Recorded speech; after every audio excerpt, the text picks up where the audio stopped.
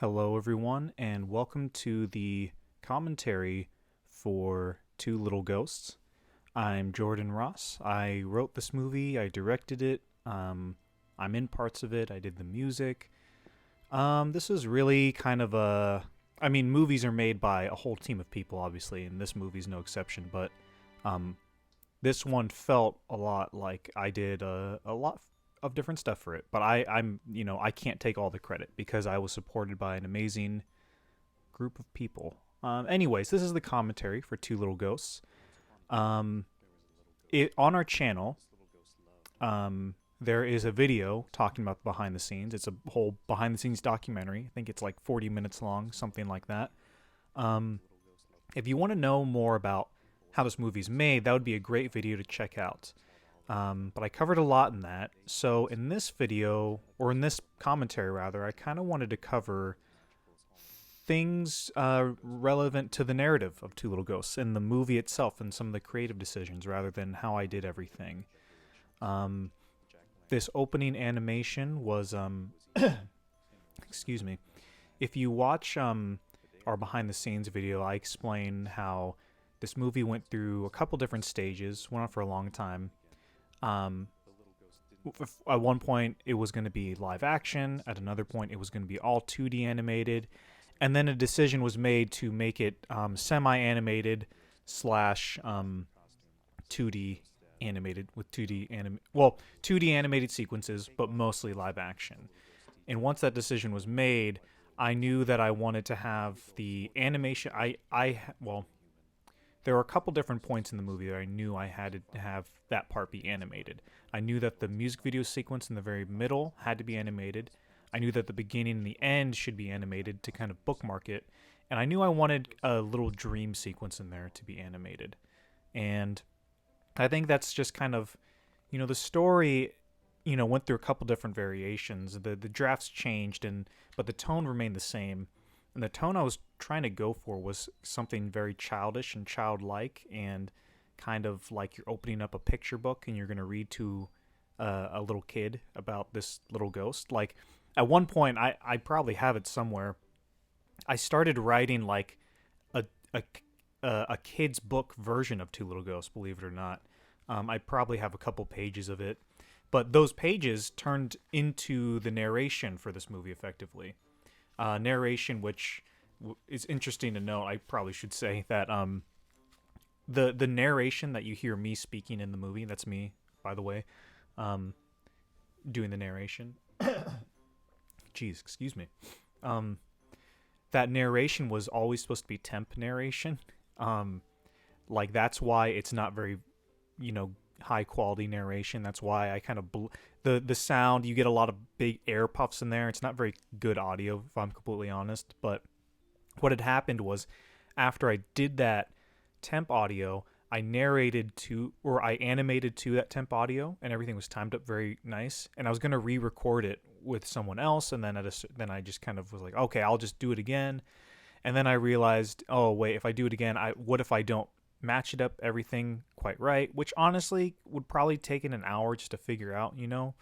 But I was just lazy. If I'm completely honest. I'm at the kind of I'm of the opinion that when the movie's done, it's done, and what mistakes are in the movie. So there's some mistakes you can never fix, or it would take more effort to fix them than not. So um, and then the idea is that once you've made the mistakes, they're in your movie. You have to live with that, but then you can learn from those mistakes, and hopefully you don't make those same ones on the next one.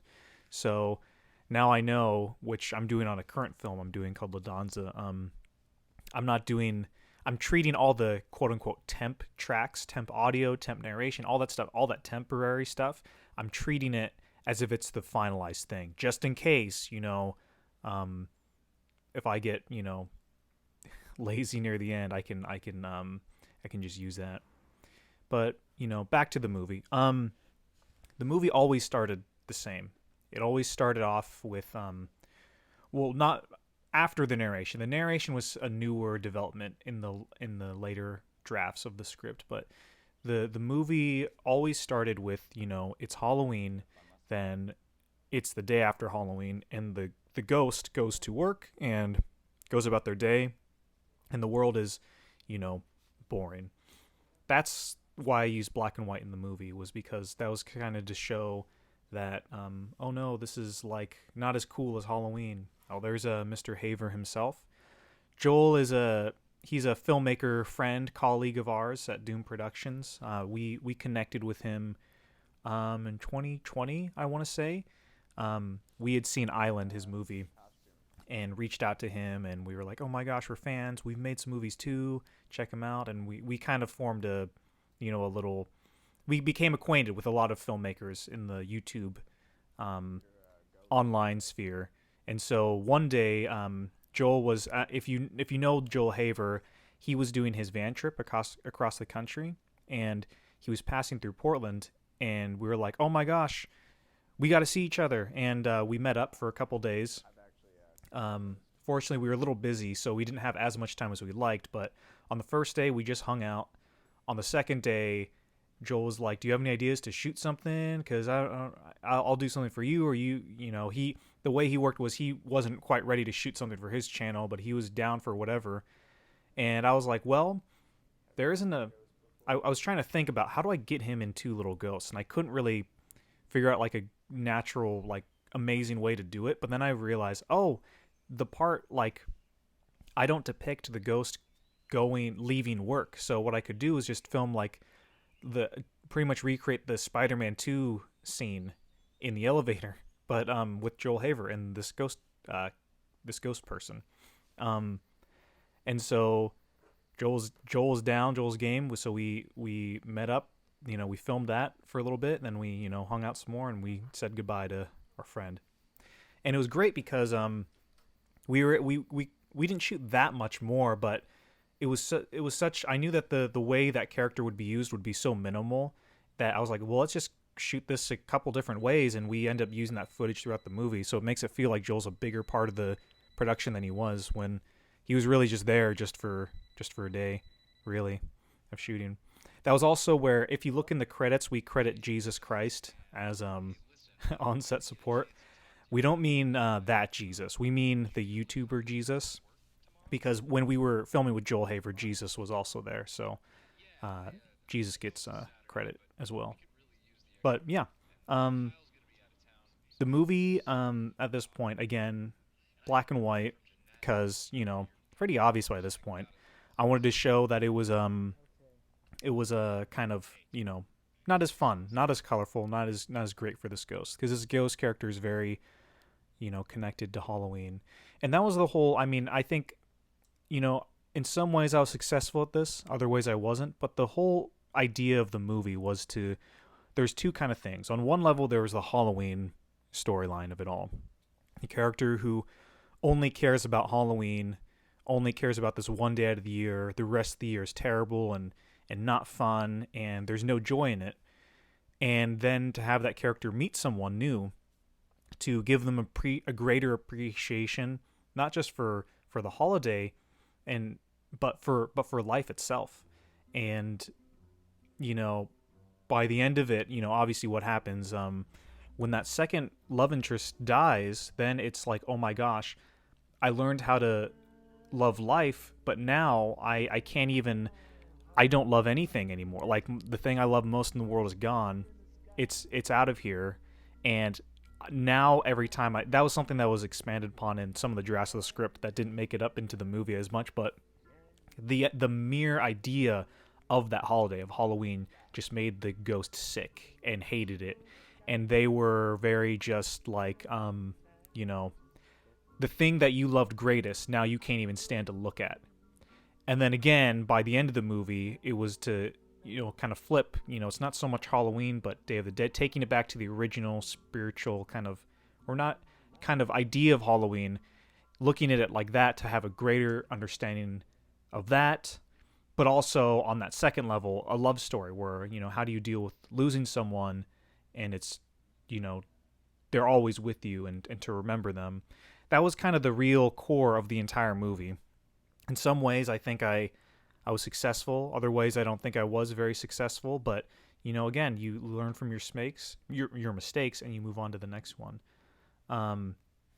and it gives it kind of a, you know, I don't know if that it gives these kind of mistakes in this movie kind of give it a mixed medium feel because there's footage from a Canon EOS R, there's footage from my T6, there's footage from an iPhone, there's footage from, well, that's not even footage, it's just animated, so they're just animated MP4s, movie files or whatever. Um, so it's pretty it's that's something that I'm not a huge fan of necessarily in the movie. I wish that the visual style was a little more consistent. However, I think for some people it could add a charm to the whole movie. It makes the whole thing feel a little bit, like I said, mixed medium. But, you know, again, learn from your mistakes. This is the first time in a long time that I just, there were huge shooting days where it was just me on set, me with a camera. Um, a good way to spot it out is like if the footage looks good and clean, it's probably Ethan shooting or Ethan was there. But if the footage looks grainy or not so good, then I shot it most likely. So almost every single scene that takes place within the house is shot by me. For the most part, there are definitely sequences like the very end sequence. There's some moments in the second half. There's some moments in the first part of the movie, but I mean, mostly if I'm in the room, I probably was the one who shot it. But again, an easy way to just look at it is just if it's grainy, I shot it. If it's not grainy, Ethan shot it. Anyways, and oh yeah, I guess then would be a good time to talk about the ghost costume itself or that character. The idea behind the ghosts was I wanted to make something that wasn't so much literal, but could be metaphorical in terms of the characters. Um, we hear the term soulmates a lot, right? And, one way you could look at a soul is maybe like a ghost kind of image. So the idea was that I didn't want to assign a label or gender or demographic onto the two main characters because what I really wanted was just to tell a pure kind of love story about what happens when two people falling in love, losing that other person, and then finding a way to carry on. I mean, at a very basic mythic kind of metaphorical level, that's all I really wanted to do. And I feel like sometimes when you watch a movie, sometimes it can be hard to connect with, a couple on screen or a love interest if you see a romance going on. I mean, obviously, if you're straight and white, it's probably a lot easier to connect with. There are lots of movies with two straight white leads, but that's not me trying to say, "Oh my gosh, look at how inclusive I am." I'm not. What I'm trying to say is that this movie, what I wanted was to have a blank canvas. I didn't want you to know who was under the sheet at all, and obviously there were sometimes I'm under there, but sometimes Ethan's under there. Sometimes my sister's under there. Sometimes my girlfriend's under there. Sometimes Ethan's girlfriend's under there. Sometimes Zach is under there. We have a lot of different people playing the ghosts, and I really wanted people to just project themselves and their partner onto these ghost characters. And so the idea is that, again, like sometimes that kind of demographic, that whether it be race or sexuality, can be a distraction for some folks when they watch a movie. And I really wanted it to just be like, don't think of them as individuals, but think of them as ideas, if that makes sense. So other than they like Halloween, they're pretty one-dimensional characters, I think. And that wasn't by intention. It was because I just wanted you to look at them like, oh my gosh, they're so cute, they're in love, and they're the same. I mean, that's why they literally look the same. And so, because it's just a metaphorical, very easy graphic way to show that they are the same, that they're soulmates, because they dress the same, they look the same. It's hard to tell them apart sometimes.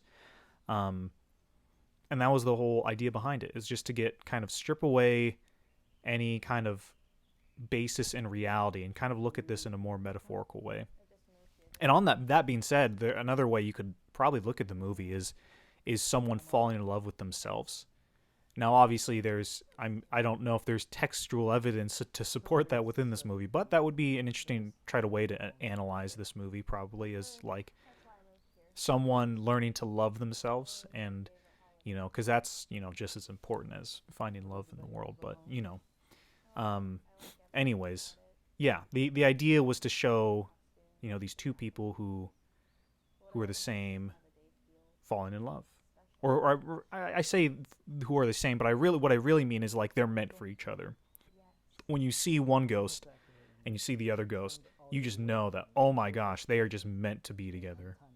And hopefully you want that in the movie when you're watching it, if I did my job right. But, to varying degrees, I think I did. Other ways, I don't think I did, but, whatever. It is what it is. In this scene, it's actually Ethan and I under the ghost costumes here. Um, if you look at the shoes, if you know me and Ethan, or just anyone in our friend circle, it's easier to tell who's in the ghost costumes if you look at her shoes or the pants. Oh yeah, and then also the ghost characters, they're voiced by the first one, the main character, that's voiced by May Hugh from, them from Video Carnage. Great performer of ours, great actor, great cast member. Love working with May a whole bunch. And I think this required maybe 2 days of ADR. It's just they showed up, recorded some lines, and yeah, sent them on their way. With Bellamy, it was obviously a little more. Oh, Bellamy Sharp voices the other ghosts.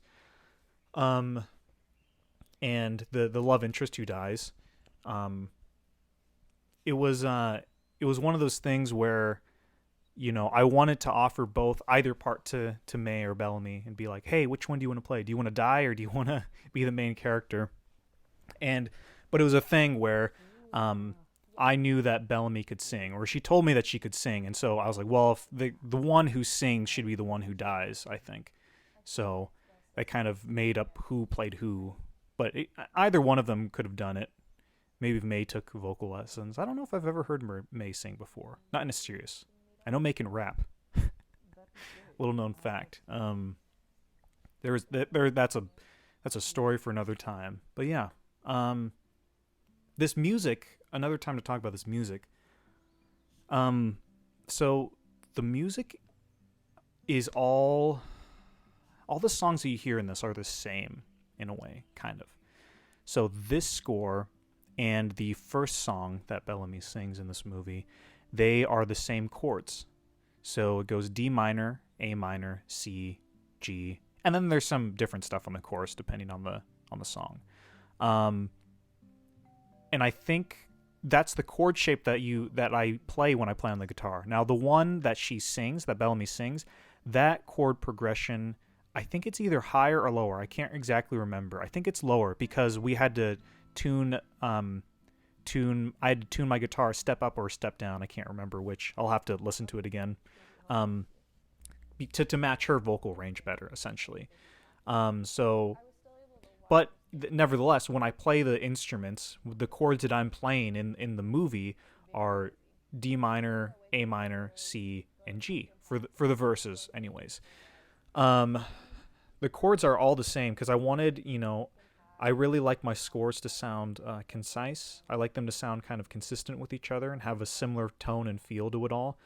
And that's a cool thing you can do when you make your own music, is you can write a little musical number and then you can create different versions of it. Obviously, it is different, but, it's close enough. And then the interesting thing that happens with the chords is, obviously there's no music in the second half, but that last song that Bellamy sings, that the second ghost sings, that one is it's instead of a D minor, A minor, C, G, it's just D and then A minor and then C and then G.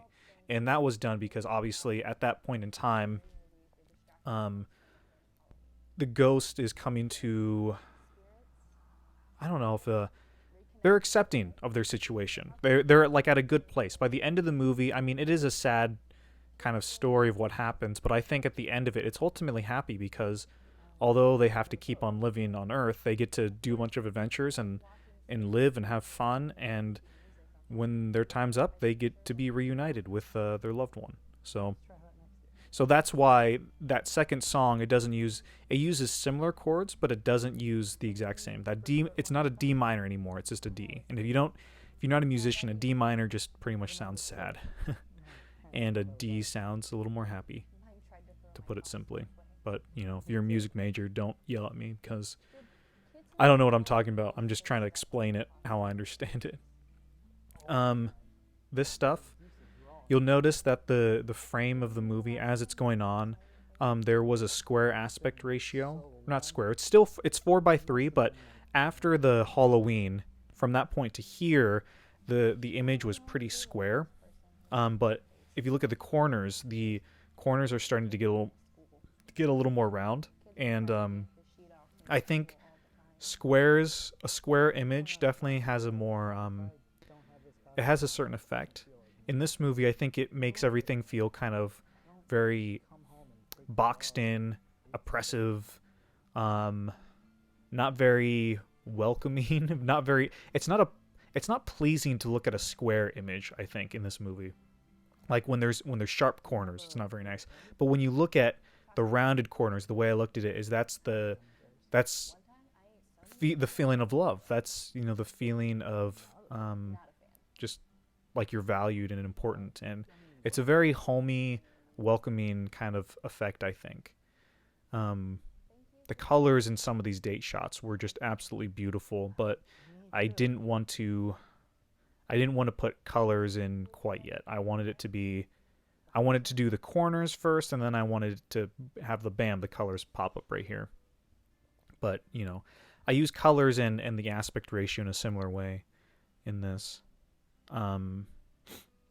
This is a spare room in Ethan's mom's house. We didn't show the rest of the room because we only decorated that little corner of the room. And that line of like, whoa, I have those same lights. That's literally because those are the same lights from the first Ghost house. Because we're poor filmmakers and we're not gonna buy more decorations than we need to. This little Easter egg there. If you might have seen Heartbeat on the TV there. There's a little VHS case that says Heartbeat. That was our zombie movie. That was the second movie we ever put out, ever. Back when we were Caramel Shark Studios and not Doomed Productions. That in this movie here, another Easter egg. Well, that's Heartbeat behind it, but I cut in moments. Oh gosh, it's like layers and layers. We made a movie, Heartbeat, obviously, like I just said. Then years later in 2019, we made a movie called Doom on the Doorstep. In Doom on the Doorstep, Heartbeat appears in the movie, but it's altered by a monster. So that's the version of Heartbeat that you see there. This is an image. I really wanted the ghost costumes to, once there's a kiss, obviously it doesn't look great and doesn't look real. Obviously kissing underneath a sheet is a little impractical. But, I want it to be, again, more kind of metaphorical in a way. That image of the two eyes becoming one. I wanted it to look like the ghosts were merging into each other. Again, there seemed to be something meaningful about that. To have these two separate beings, but then coming together and literally looking like they're part of the same thing. I like this shot a lot. And a lot of these, so like if you look at this stuff is shot on Ethan's camera. The previous shots that take place in the house, I don't believe were shot on his camera because they're not as good looking. I think this is might be a negative, might be a positive, depending on who your preference is. But I think a lot of my movies, they become very dictated by the score of everything, the music of the movie. I really like it when movies will kind of slow down and allow the music to kind of dictate how you read an image. Obviously, there's nothing happening important with this shot of the VHS tapes. There's nothing important happening with these shots of the decorations and whatnot. But the way I really wanted it to, like, I wanted to kind of feel the music. You know what I mean? Like, I really like it when movies just stop and take a pause and let the music kind of drive the everything within the frame, within the movie that you're watching. Part of that probably comes from Sergio Leone. I'm a big fan of his his Dollars trilogy and Once Upon a Time. Like his whole body of work I really love. And the way that he used music in like his shootouts, right? Those classic spaghetti western shootouts where the music just takes over and it's just an image of people standing there for like 3 minutes, but you can't look away because it's got this amazing score that's adding so much to the movie, to the story. And part of what else I love about, you know, letting music take over every now and then in a movie is just I'm a musician. Like I make music. I like making music, and so I like having that aspect in my movies. I think that's important to me. And like I said, sometimes that makes for the movie. It could probably feel a little self-indulgent, where it's like, oh my gosh, why is he pausing on an image of VHS tapes for like 2 minutes? Well, it's because I want to hear the music. If I'm completely honest, that might not be for you, but that's what I like. That's me and my girlfriend under the sheets. I think she's on the right. I'm on the left there. Probably the most important stuff in the movie was with me and my girlfriend under the sheets. that sounds wrong. Under the ghost costumes. I knew that the midway point of there's a shout out to RC Films, their movie Not So Amazing. I knew the two most important parts of the movie, I think, is this portion, the colored portion that takes place in Halloween or in October before the ghost number 2 dies. I think that was a really important part of the movie. And the next most important part of the movie was when the second ghost comes back and have their Day of the Dead weekend together. Side note for anyone who doesn't know about Day of the Dead, it's actually 2 days. It starts on October 31st and goes till November 1st, I believe, or 2nd. Oh, shoot. You know what? I sounded like I knew what I was talking about, but I actually don't. I know it's not just one day. There was a line that was cut out of the movie that was like, it referenced like I'll be here for the weekend or whatever. But anyways, yeah. Back to what I was saying. The most important parts of the movie had me and my girlfriend in the ghost costumes, and I think that probably added a nice kind of physicality to it, because obviously, I mean, this is me and Ethan here, but that's about like I'm not gonna necessarily snuggle up to Ethan on a bed. I'll do it if it's for a movie, we got to do it, but I think, having two partners under the sheets, I think the ghost costumes probably added a nice, there's comfort, and I think it reads well, honestly. It reads a lot better than if it had just been Ethan and I just laughing under the costumes, just being amused or whatever. And I think in that sequence in here, you'll see examples of, things, to some, again, probably the movie feeling a little self-indulgent, a little like, oh, they could have cut this. And it's like, no, I wanted to hear the music. This was obviously, I kind of talked over it all, but the idea was, before I forget, twos. There's a whole, I didn't do this often, but if you look throughout the movie, I tried to hide twos, like pairs of things throughout the movie, especially in the first half, to like make the ghost feel even more isolated before they met the second ghost. But some stuff had to be cut out, but if you look throughout the movie, there's some twos, there's pairs of things hidden here and there. Yeah, obviously, okay, back to what I was gonna say.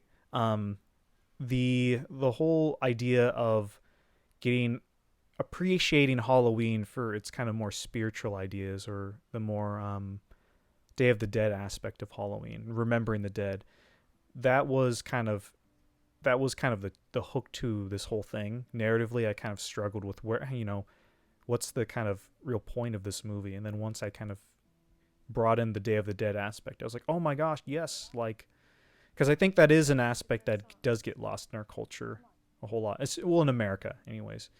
There's not a lot of, people love Halloween, but I think it's a lot more than just, candy and monsters and stuff. I do love it, but I don't know, I think remembering the dead, that's an important kind of tradition to, keep doing. Remembering our loved ones. Hopefully that comes across in this movie, but, maybe it doesn't. Maybe I failed in that aspect, but whatever. This is the music video. I don't know what to say about it. Gosh, I keep blowing to this mic on accident. Sorry, everybody. This music video was animated. This is the very first stuff I ever started animating in like my whole life. Was as soon as I figured out how to animate, like the literal, like technical aspect. Okay, how do I literally animate something? I jumped on Blender and started animating this. Now, this is not the original stuff I animated. The original stuff I animated was I put in the end credits for this movie. You can also see it in the behind the scenes of this movie, that other video on our channel. But that I animated this sequence. And then once I changed the song, because originally there was no original music in the movie. It was going to be an Eric Nally song.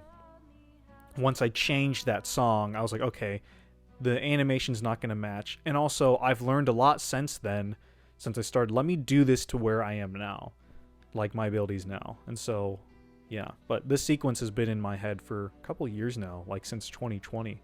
Oh my gosh, 2 years. Wow, it's crazy. Yeah, this is, having this movie released really does feel like the end of a era, so to speak. Like, I mean, again, like I say in the behind the scenes, this movie's been in my head since 2020, October of 2020, and now it's out into the world for people to see.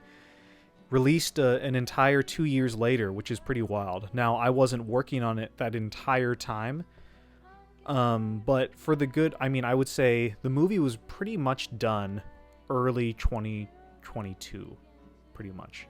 That's when the movie was done. That's when I was no longer working on it. I think I exported it on April 1st. And so I haven't worked on it since then, obviously, but it's been in the background for a long time. So it's kind of wild to see it. I will say that I've learned a lot of animation since doing this. So when I look at this, I'm like, oh my gosh, this looks off. The physics of this, or the design of that, or the proportions of the, there's quite a bit of things that I'm not happy with. But on the other hand, I started reading this book, studying, let me see if is it right here? It's called The Animator Survival Kit. It's written by Richard Williams. It's known as kind of like an animator's Bible. So if you want to get into animation, it's something that,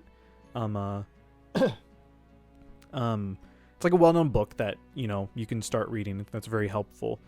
So I've read through that a few times. I've been doing exercises and stuff like that. And it's kind of like, obviously I've learned a lot since doing this, because I didn't have any formal training whatsoever pre-doing Two Little Ghosts. This was my training, essentially. This was how I learned to animate initially. But the whole idea, I mean, since I've started kind of studying, again, not formally, but more self-taught, but, guided through books and stuff like that. Since I've started doing that, I look back at this Two Little Ghosts animation, and I'm not trying to pat myself on the back, but I do feel a little bit like, wow, I was so ignorant of everything that it took, because now that I know for like real, like everything that it takes to do a proper animated thing, the right way and all that, whatever, I'm kind of like amazed, like, oh my gosh, like if I had known of all this stuff, I probably would have been really intimidated and not even tried to do this music video sequence or any animation whatsoever. I was just inspired and I did it, and I didn't know all the work that it would take to pull it off. And it's, again, I'm not saying it's good, but I'm saying that it's the amount of stuff that, the work that had to go into this. Had I known all of like the real ways to animate, I probably would have given up. And my point being with all this is if you want to do something, sometimes, it's good to study and look at, how to do something or do some research. That's very good. But in other times, I think it's totally fine to just jump in and do it. Because again, I've never been formally taught animation. Before doing Two Little Ghosts, I never read an animation book. I watched some YouTube videos on how to do it on grease pencil, and that was it. So if you want to do something, just do it. Because sometimes if you think about something too much, it can scare you away from doing something you really want to do. And this right here is the big scene where we lose our second ghost. This ghost, or this moment, I think it was Gage Clift when we screened this movie, or it might have been Kyle. One of them asked me, was this movie always going to be a silent film halfway through? And in the script and in the storyboards, no. I think there was going to be talking throughout the movie, especially in the second half. But as we started shooting, I started getting those inklings of feelings of like, it'd be really cool if this was a silent movie, the second half. And part of that really comes from the distribution of how we do things at Doom Productions. If you didn't know, we release everything for free on YouTube. Sometimes we'll submit to festivals, but YouTube is our target audience. YouTube is where we aim to premiere things for the first time. And I thought to myself, if I was doing this movie at Netflix or Amazon or in theaters, they would never, ever, ever let me just do a silent movie for the second half. Like, you're watching one movie, something dramatic happens, and then it turns into a silent movie with not even like room tone or ambience or wind or anything. It's like pure silent. I knew that wouldn't fly if I did this at a studio or with any other group. And I thought, well, damn, now that like I have that idea in my head, it would just be a creative kind of shame if I didn't do that with this one, because I couldn't do that with anything else. And like, if I don't do it now, no one else is going to make this movie. So like, I felt like like a creative obligation, like, well, only I can do this and no one else would do it. So I feel like I just got to. Maybe it wasn't the best call for the movie. Maybe it was a detriment to the movie. Maybe it takes some people out of it, but it was a decision that, once I got in my head, I just couldn't stop thinking about. And I was like, I'm going to do it. I'm just going to make it a silent movie. Made things a hell of a lot easier when it came to editing, came to sound editing, especially. I'll tell you that. But, yeah, that was, it wasn't the intention in the script and the storyboards. I mean, the second half of the movie in some of the earlier drafts of Two Little Ghosts was really different. Like, from the get-go, like, the most of the second half was going to be spent with the ghost trying to bring back the second ghost. Like, kind of like the ghost was going to go to like a doctor, scientist, Frankenstein kind of character. Then the ghost was going to go to a witch. It was going to be a whole lot of like the ghost trying to revive their lover, but to no success whatsoever. And there was talking. There's a lot of different stuff going on in the second half, but ultimately, I think I made the right call, just having it, just the ghost, just alone for the second half. I don't think I think there could have been some tightening in the second half. I'm not entirely happy with everything and how it plays out, but it is what it is. I think from an overall decision making, though, I'm pretty glad that I didn't go bigger with the second half. I made it smaller. I think that was probably the right call. A lot of these shots are repurposed from the other parts of the movies, just this montage stuff. That's probably the same shot from earlier. I think that's Zach under the costume there. Zach Hendricks.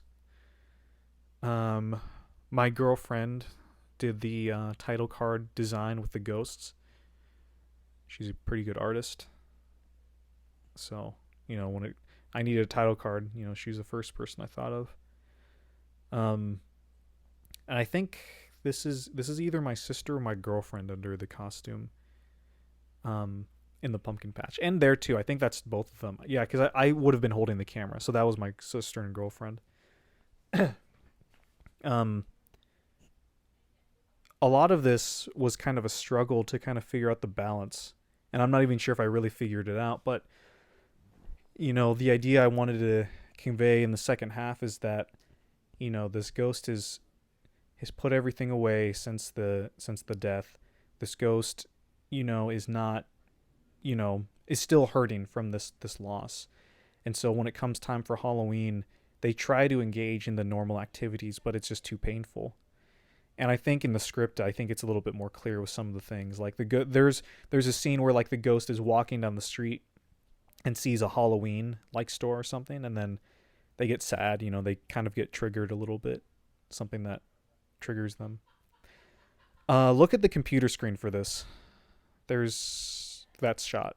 That's all I'm gonna say. For that. There's no Easter eggs, but like look, there's something off about it, and I want to see if anybody knows what it is. Here's Joel's final scene in the movie. This was yeah. Joel's great. I think with most of what Joel does is improvised, and that little bit was improvised. I just told him, like, hey, this ghost is gonna get fired. You kind of walk over, do whatever you want to do, pretty much. Yeah. This is I think this is some of the last. I want to say that some of this stuff right here was shot in November, maybe early November, because as the shooting, we started shooting when Joel was in town, which is September of 2021, but then most of the shooting was in October of 2021, and then but some of it did extend into November. There's some stuff, especially in the second half, where I just knew I wanted to reshoot some stuff or do little pickup footage, where the pacing of everything wasn't quite gelling together for the second half. So I knew I needed a scene of him walking, or the ghost walking home, a scene of the ghost doing this or that, just like little things. These scenes, quote unquote, in the movie, they're not really scenes, they're really just more like shots. It's intentionally, especially when the ghost is alone, it's intentionally locked down, it's intentionally static. There's not a lot of movement going on. But as soon as, when that second ghost pops up, there's a little bit more vibrancy going on. There's some handheld stuff. Not a whole lot, but a little bit more. I think that might have been the very last thing I animated. Probably when you watch this movie, you would probably assume that, oh, I bet the white and black animation, like the really plain animation, I bet that was done first or second. Or first, before the music. No, that stuff was done after.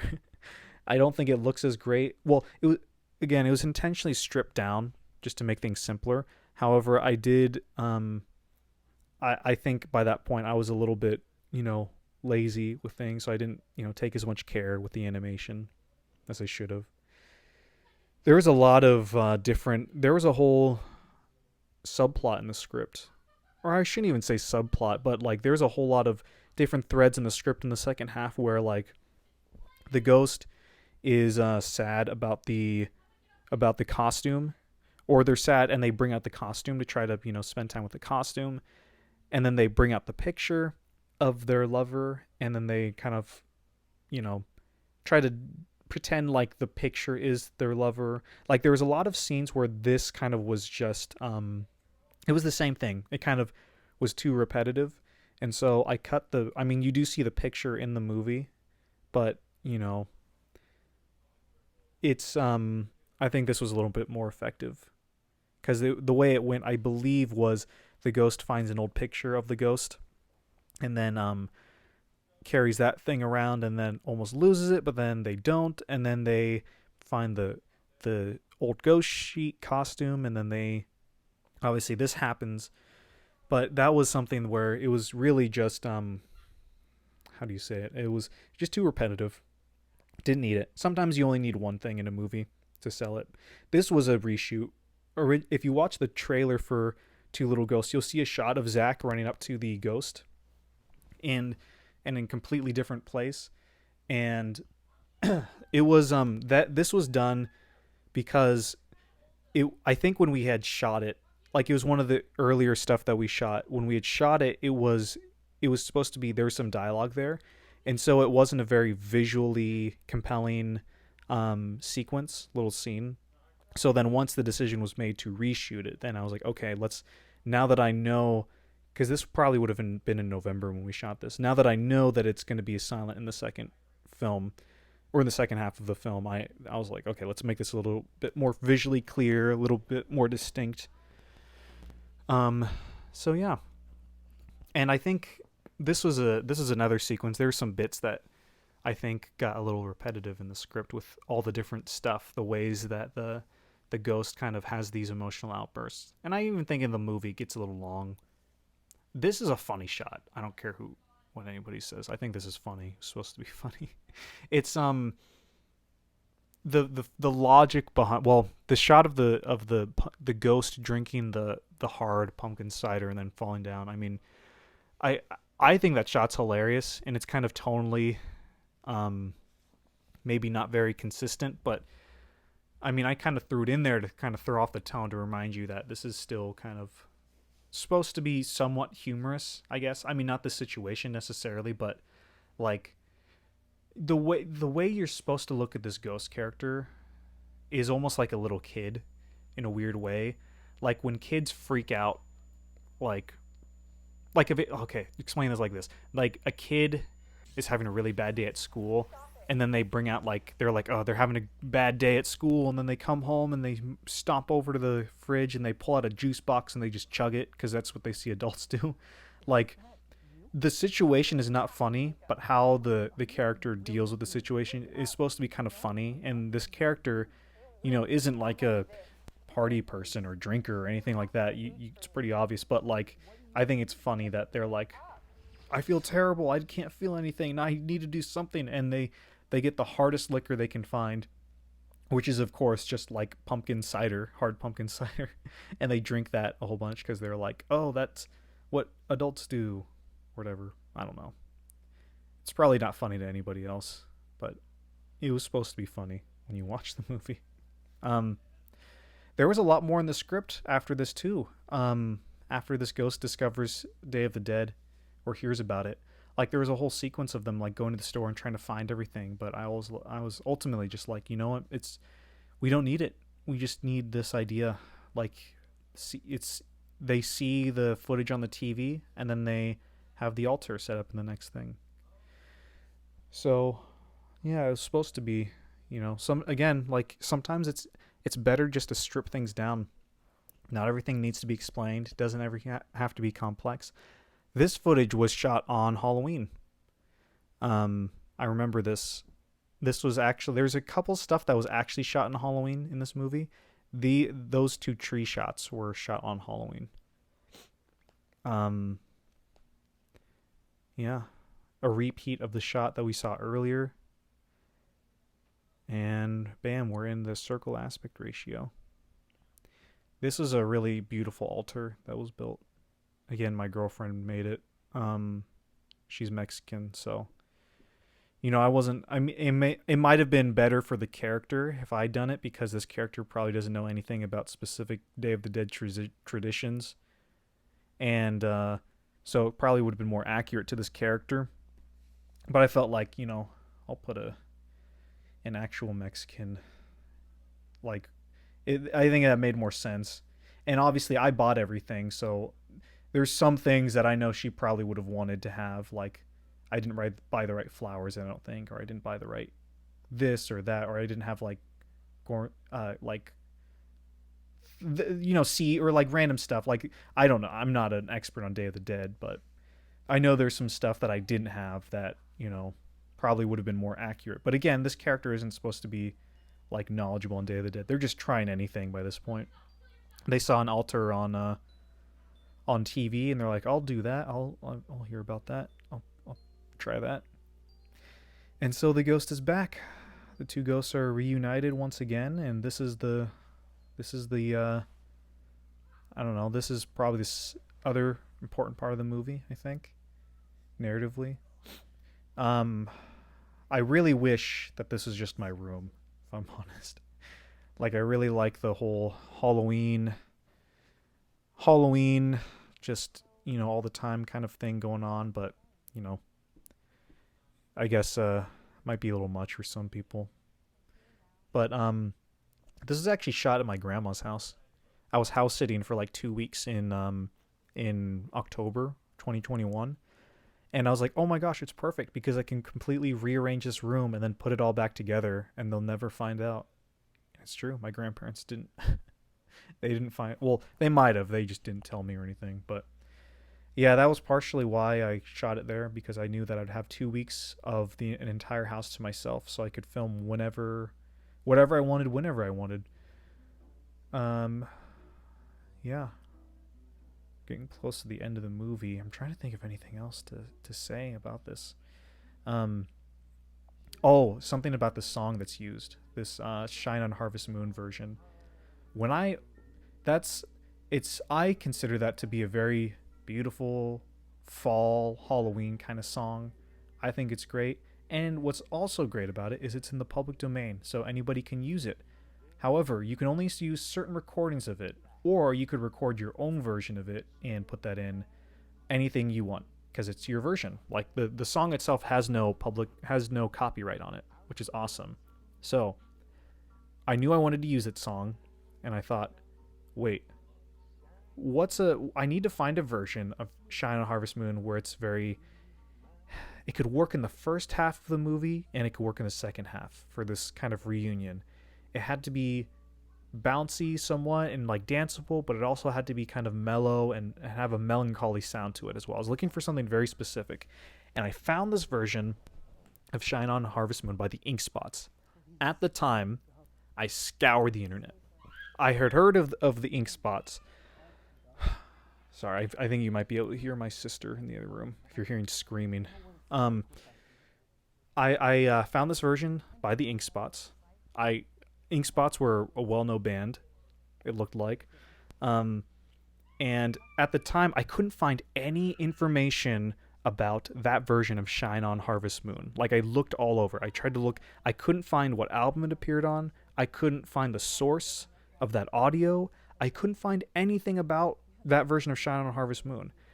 This is kind of a legally gray area. Or, I mean, it's not gray because it's YouTube, but, like, if I was going to make money off of this movie, very legally gray area. I just assumed, okay, so the band is well known, they're obviously published, but this version, no one knows where this came from. There's no source on this audio. It's not listed as one of their songs on any of their albums necessarily. So I think it's okay to like use, like, because the videos where I found that version of the song, it was not copyrighted. There was no notice that said, oh, this song is Shine on Harvest Moon by the Ink Spots whatsoever. None of that. So I was like, okay, this song is probably okay to use without it being copyrighted. Then, of course, it comes, jump to 9-10 months later, whenever it is, and I upload Two Little Ghosts to YouTube. Copyright strike immediately. Or not even a strike, but just a copyright notice.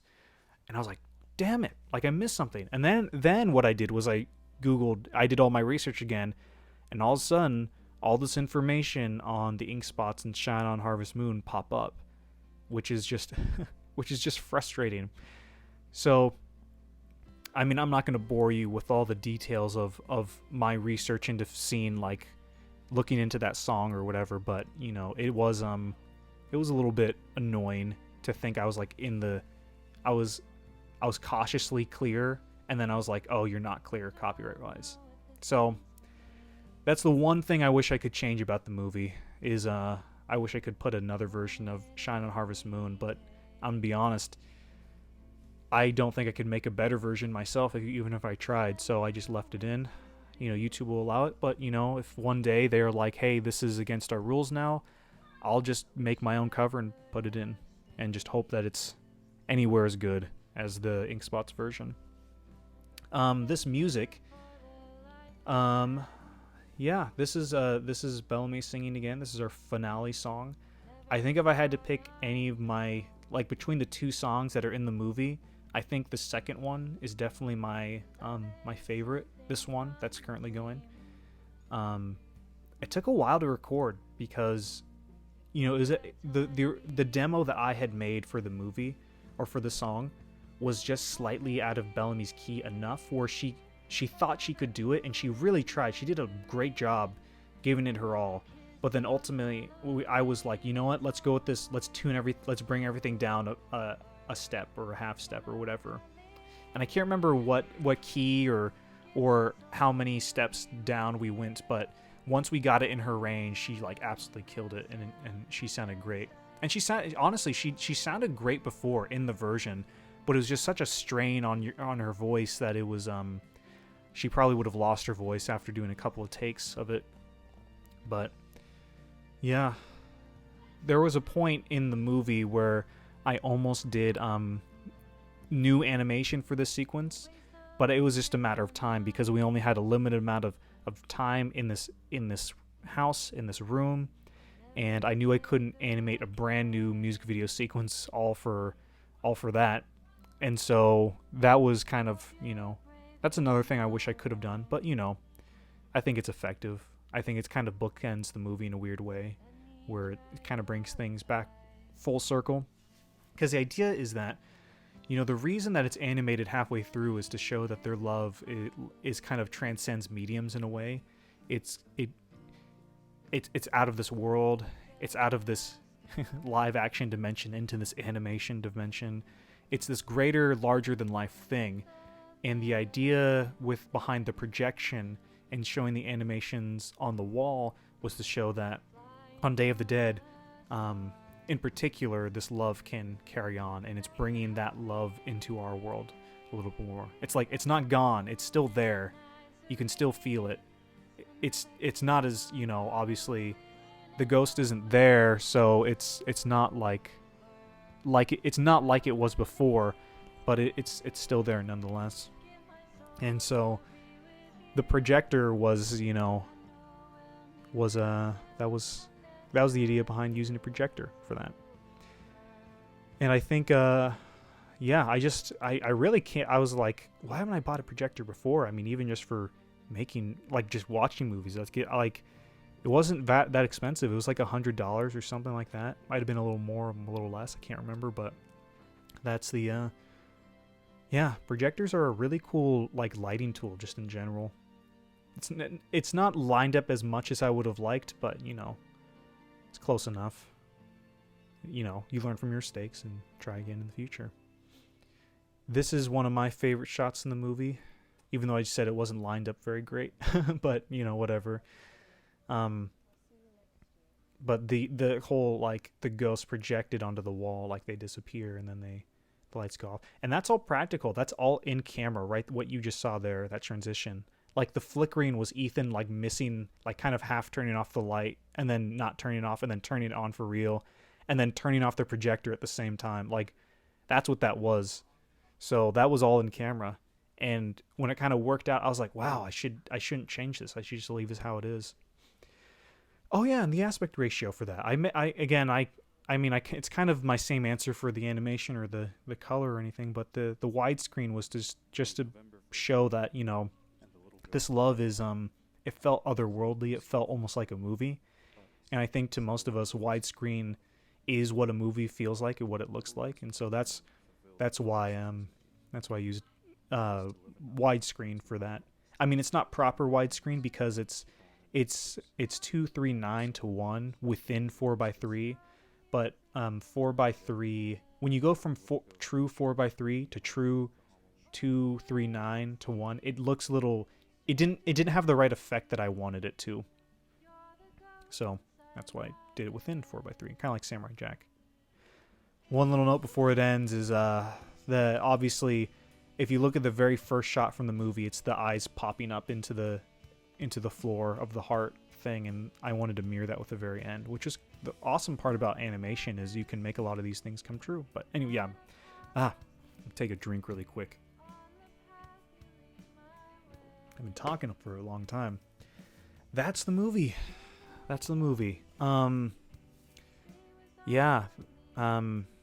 I guess closing thoughts I have on this whole project was, it's not a perfect movie by any stretch, but You know, it's just a fun little I don't know, fun little Halloween movie that I really enjoyed making with my friends and my family and people that I like and care about in my life. And you know, I hopefully if nothing else, even if you don't like the movie, I hope it inspires you to make something better, because let me tell you, it's not hard to make a better animated film than I did. It's not hard to make a better movie. You know, this is not my best movie at all. And if I can do it, you can do it. So if you have a movie, if you have a story that you need to tell, a movie you got to make, give it a shot. Go and try it, because you know, before doing this, I wouldn't have known if I'd been able to do an animated film, but here it is. This is it. So, you know, give it a try, and you never know what you can accomplish. You know, because what else are we on this earth to do aside from make art? You know, that's the fun stuff. But yeah, I kind of talk about this behind the scenes stuff, like what you're looking at, these animation tests. Effectively, this was the first 10-15 minutes of the other animated movie before I changed it over. But they're effectively, these contain some of my ideas that were in other drafts of the script. Some of it was purely just anime from the animation. But, you know, that's where I got the idea for the pumpkin, or the jack-o'-lantern watermelon, was I was like animating. I was like, oh my gosh, what if the ghost animated or carved a what's it called? A watermelon, like it was a pumpkin. And I was like, oh my gosh, that's great. And so then it got into the next draft of the script. You can totally hear my family shouting. I'm sorry. I don't know why they're yelling all the time. Anyways, it's almost over, so I think I'll call it here. But thank you so much for watching. If you have any questions about Two Little Ghosts, let us know.